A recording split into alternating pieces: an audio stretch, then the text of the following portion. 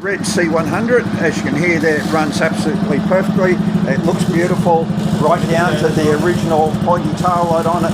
The indicators work on it, stop light, everything perfect. We'll go on to the C105T, which I think from memory T stood for trail model. Is that correct? Yeah, trail. Yeah, trail. And it's also a 55. It's running perfectly there. So there's no indicators on this being a trail bike?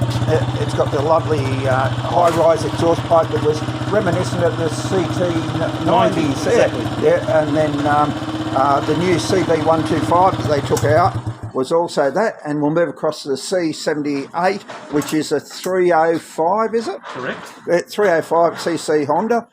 Was bought out when, what year model is this one? This one's a 65, I think. Yeah, we think it's around about 65. This is when the British lost everything, when the Japanese took over. And it's, once again, done up. It's got the white ball tyres on it. It even sounds much more powerful. Lovely bikes. All original. That tail light, everything works on the indicators.